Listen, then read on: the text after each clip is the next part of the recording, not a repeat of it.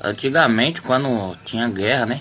O Brasil, ou rumores de guerra, o Brasil ia para ajudar os necessitados, né? De medicação, atendimento, resgate, essas coisas, né? Hoje em dia tá passando pano. O que é que esses barcos tá fazendo aqui, velho? De um país que são um bando de pilantra, tá ligado? O que é que tá acontecendo? Estão fechando os olhos, é? Brasil veio pra ajudar todos, pô.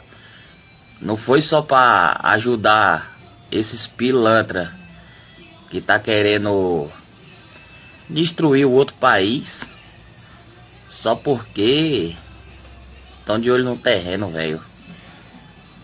Ah, Brasil tá fogo, hein? Não aceita isso não, mano.